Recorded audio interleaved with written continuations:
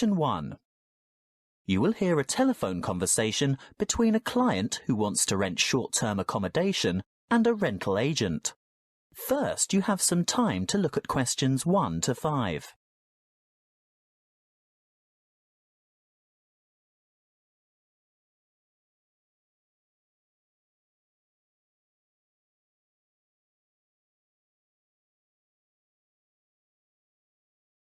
Now we shall begin.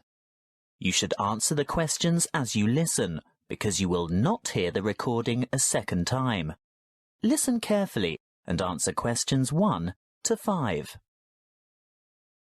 Good morning. Ace Accommodation. How can I help you? Good morning. I'd like to organise some short-stay accommodation on the Gold Coast, please. Certainly. Who am I speaking to? Miss McKinley. Sylvia McKinley. Could you spell your family name for me, please? It's M-A-C-K-I-N-L-A-Y. Thank you.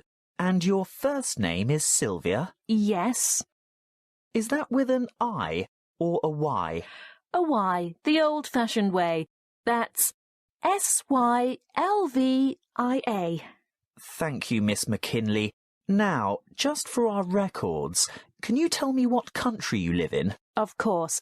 It's England, actually. I thought so. Now, when are you coming? Well, at the moment, we're planning on arriving on July the 26th. Oh, the 25th. That's the last day of the public holiday, and it might be difficult to find something available on that date. No, we're coming on the 26th of July. Oh, well, that's fine then. We'll have lots of good places vacant by then, although you wouldn't be able to move in until late afternoon, because our cleaning crew will need time to get everything ready for you. That suits us. Our flight won't get in until early evening anyway. How many of you will there be? Just my sister and myself. And how long do you intend to stay? Oh, only a couple of weeks. We'd like to stay longer, but we'll have to get back to work. So, you're not coming on business then? No, it's just a holiday. Why, what difference does that make? Oh, you'd be surprised. Business people have different needs. You know, wireless internet, even fax machines and photocopiers. No, we won't need any of that stuff. We'll be coming to relax and get away from all that kind of thing. Before you hear the rest of the conversation, you have some time to look at questions 6 to 10.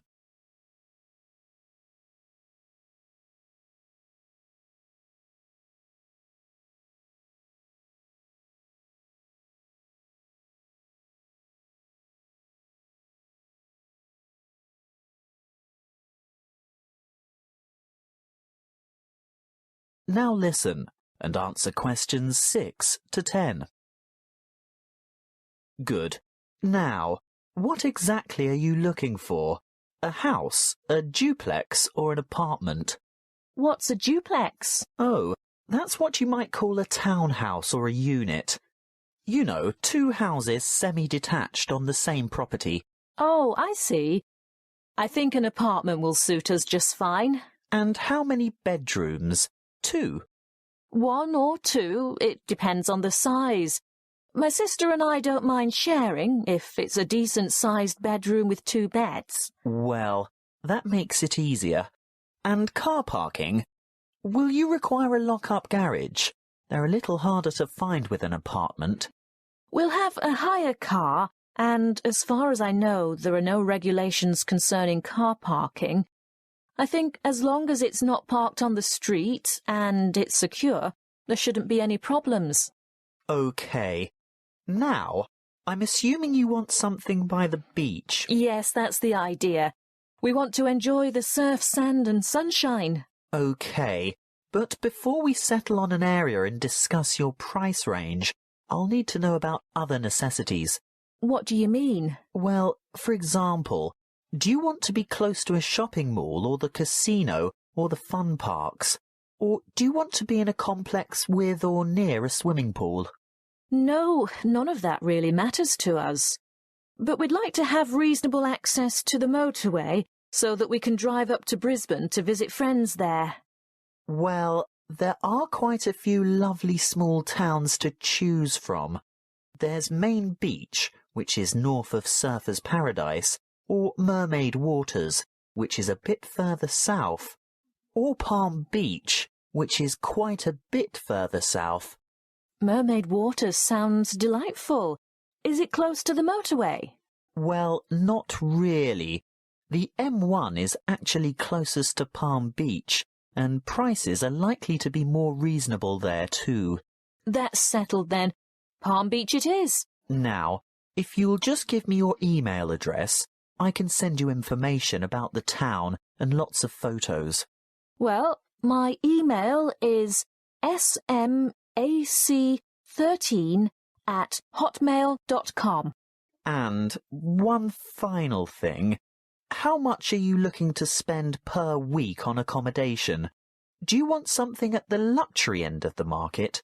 You know, newly redecorated, great views, all the mod cons? Not necessarily. Could we get something clean, comfortable and reasonable for $1,200 a week? Could you stretch that to $1,500 a week? I've got a property in mind that you'll absolutely love, but you'd have to go to $1,500. $1,200 wouldn't cover it. All right then, but that's our top limit. Good. I'll get on to this straight away, and there should be something in your inbox shortly. That is the end of section 1. You now have half a minute to check your answers.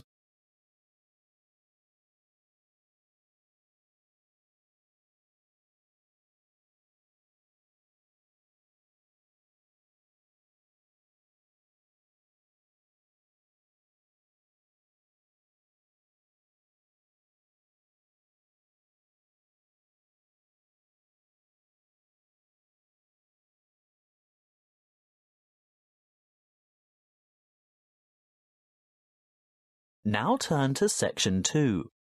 Section 2. You will hear a member of the Active Outdoor Club talking to a group of interested potential members. First, you have some time to look at questions 11 to 14.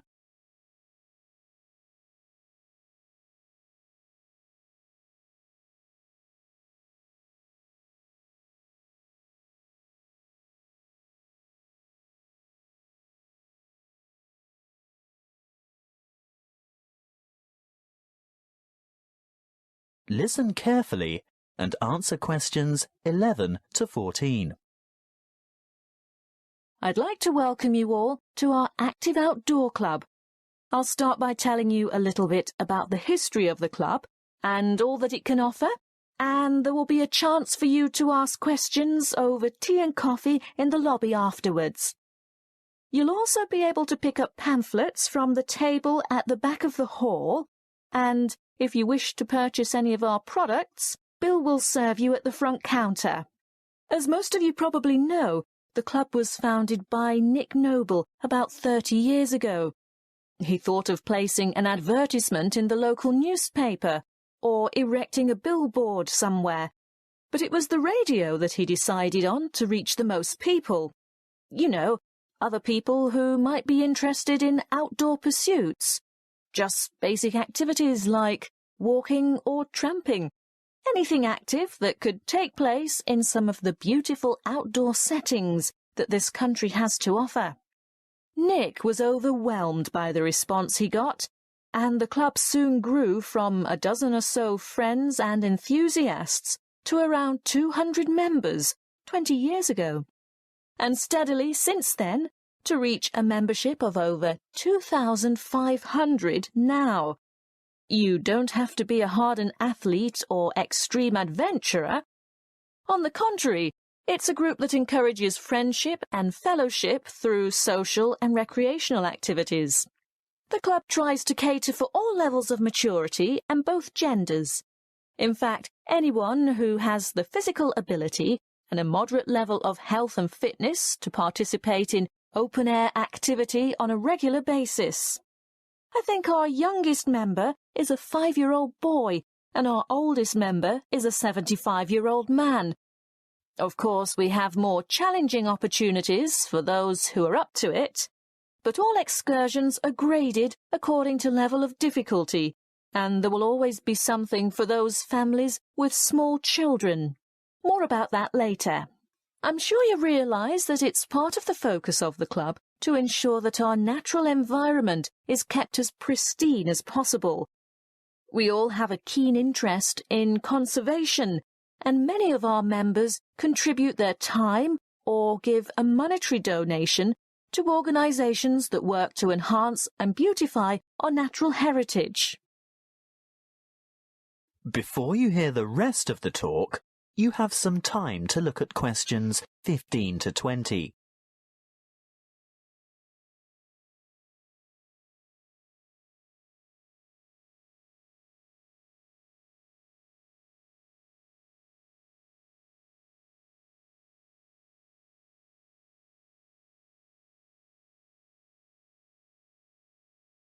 Now listen and answer questions 15 to 20. OK, now going back to the grades of activity, first of all, tramping. This is very popular with singles and couples without children, but is certainly not restricted to those groups. Tramping is arranged for Tuesdays and Saturdays throughout the year. Most tramps are of a duration of 3 to 5 hours, depending on the weather and the terrain, and of course the time of year. You would need to check the newsletter or the website to find out place and time, and if you wish to participate, phone the coordinator who can give you more information. I'll move on now to walking, which is very popular with families, but open to everyone, and walks are arranged for every Thursday and every Sunday over the course of the entire year. Walks last no more than 3 hours, although the Thursday walks might be shorter, and again you would have to check the newsletter for details of the time and area to meet and get in touch with the walking organiser to confirm your participation. Now, the Wanderers are what you might call a subgroup of the Active Outdoor Club. This group was set up to cater for the less active, more elderly, or families with very young children who still want to enjoy the great outdoors, but without quite so much exertion. Bear in mind that the length of these activities is variable, but we're always home before dark. Any member of the club is welcome to join in their activities on a Sunday, which include visiting some of our more beautiful parks and botanical gardens, beach walks, picnics, and even boat trips to visit some of the small islands off the coast. Often guided tours can be arranged if there is enough interest. If you'd like to see what the Wanderers are up to, check the website and then phone the leader for more information. I'll bet you're all ready for that cup of tea now. But before I finish, I really must mention something that can be a lot of fun.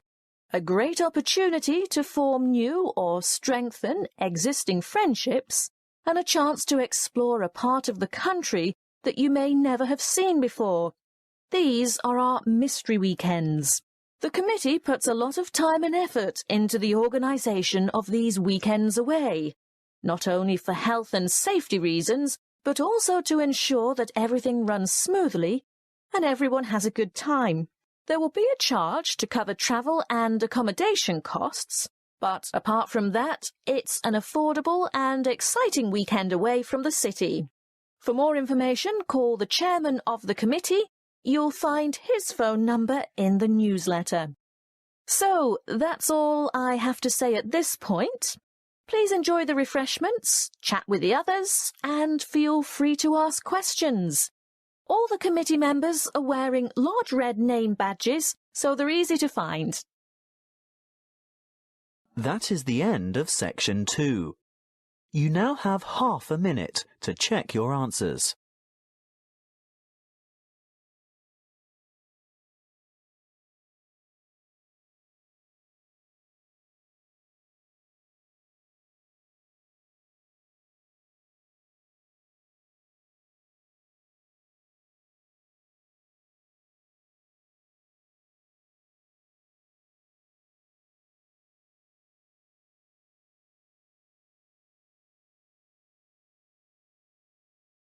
Now turn to Section 3.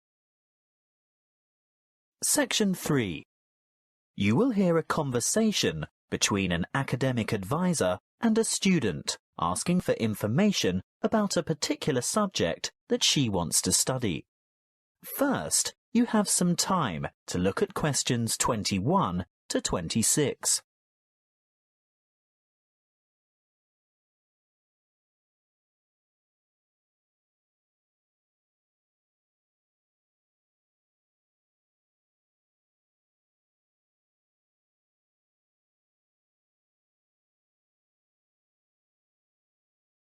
Listen carefully and answer questions 21 to 26. Come in and take a seat. Thank you. Now, you've made an appointment to see me with regard to one of the papers you want to enroll in next semester. Yes, that's right. It's the Globalization and Educational Change paper, GEC 692. Ah, well, I know the one you mean, but all the code numbers are going to change next semester, so although the course name will stay the same, the code will be ED995. Not that you have to worry about that.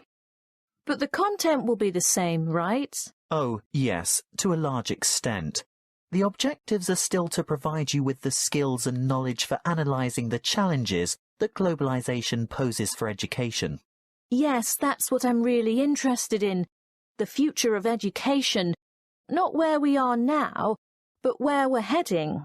Well, you'll most likely enjoy the course because it'll give you the opportunity not just to explore, but also to document the advancement of new educational developments.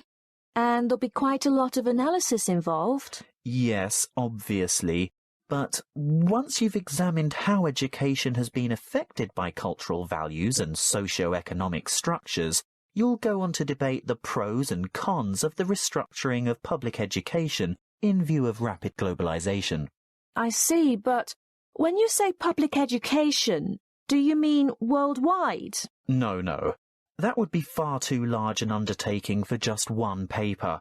You'd probably choose to work with the education system within your own state or country.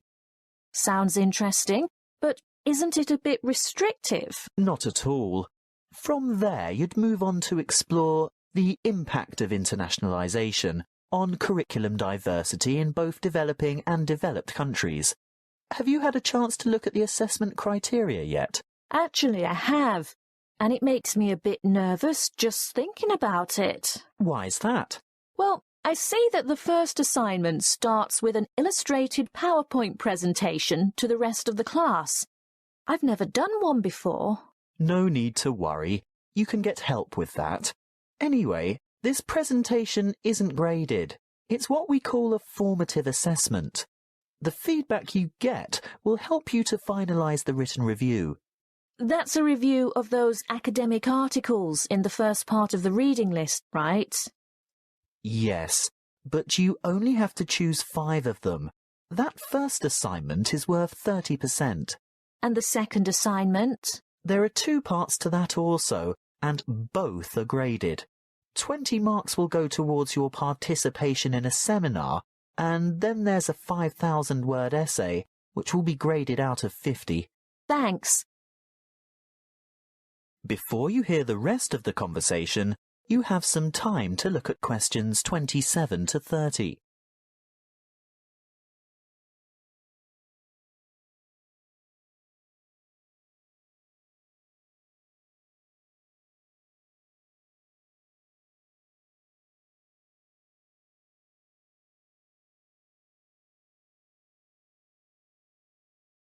Now listen and answer questions 27 to 30.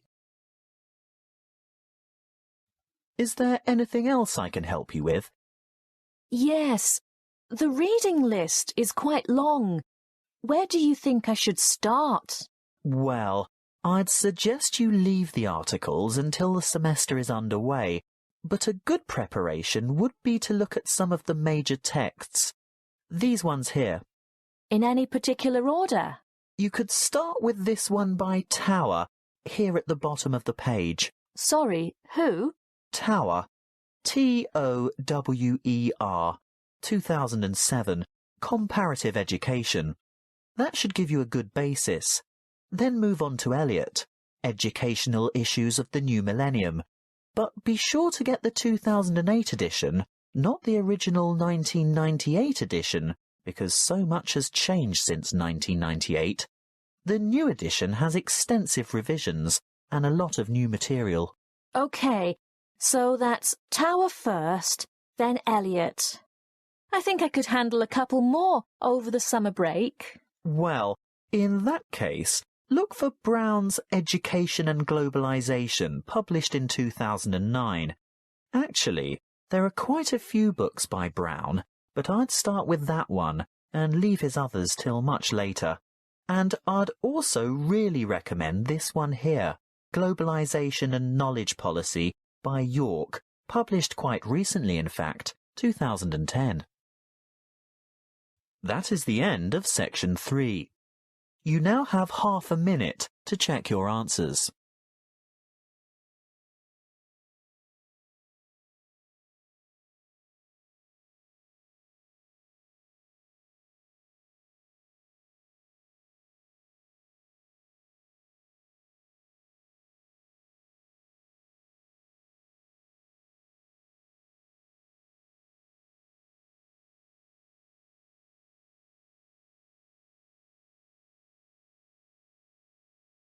Now turn to section 4. Section 4. You will hear a lecture on immunity and immunization. First, you have some time to look at questions 31 to 40.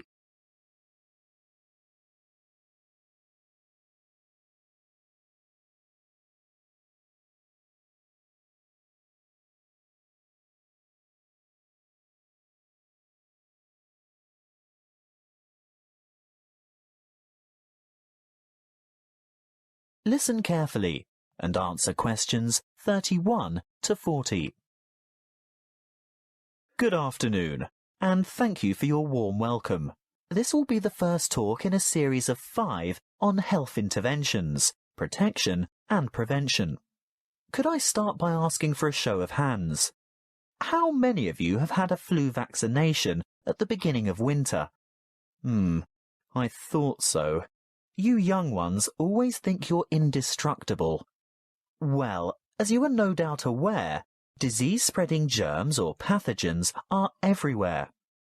On a daily basis, the human body has to ward off attacks by various harmful bacteria and viruses. A healthy body has a good defense system against many of these germs, but the defense only operates well against microorganisms that it has already encountered, in which case it is said to be immune. There are 2 ways in which humans acquire natural immunity. Actively, when a person has first suffered and then recovered from an illness, and passively, when ready-made protection is transferred into the body, for example, from the maternal blood via the umbilical cord to an unborn child, or through breast milk. Now, artificially acquired immunity can help the body to fight disease, so we can use active immunization as a preventative measure.